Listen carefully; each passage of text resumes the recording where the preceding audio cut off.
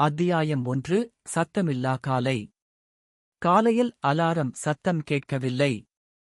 Message tone, அழைப்பின் ring, எதுவும் இல்லை. அந்த நாளை மனிதர்கள் பிறிதொரு காலத்துக்குச் சென்றது போல உணர்ந்தனர். சஞ்சய் கண்விழித்தான். வழக்கம்போல் தலையணையின் அருகே மொபைல் எடுக்க முயன்றான். ஆனால் மேசை வெறுமையாக இருந்தது. எங்கே போச்சு என்று சுற்றி பார்த்தான். மனைவி ரேணுகாவும் குழப்பத்தில் இருந்தாள். அவளது கைபேசியும் காணாமல் போனது. அதே நிலை முழு உலகத்திலும். வீடுகள், அலுவலகங்கள், கடைகள், எங்கும் மொபைல் போன்கள் காணாமல் போனது. 10 வினாடிகள் கூட யாருக்கும் நம்ப முடியவில்லை. சஞ்சய் அலுவலகத்திற்கு செல்லும் பேருந்தில் ஏறினான். வழக்கமாக அனைவரும் திரையில் மூழ்கியிருப்பார்கள். ஆனால் இப்போது அனைவரும் ஒருவரை ஒருவர் பார்த்துக் கொண்டே பேசத் தொடங்கினர். இது யாருடைய வேலை? சர்வர் பிரச்சனையா?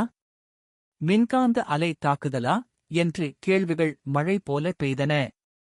இது ஒரு சாதாரண தொழில்நுட்ப கோளாறு இல்லை என்பது விரைவில் தெரிந்தது.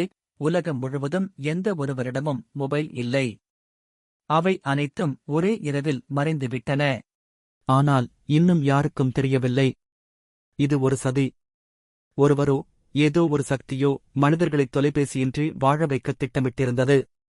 மற்றும் அது வெறும் தொடக்கம்தான். தொடரும்.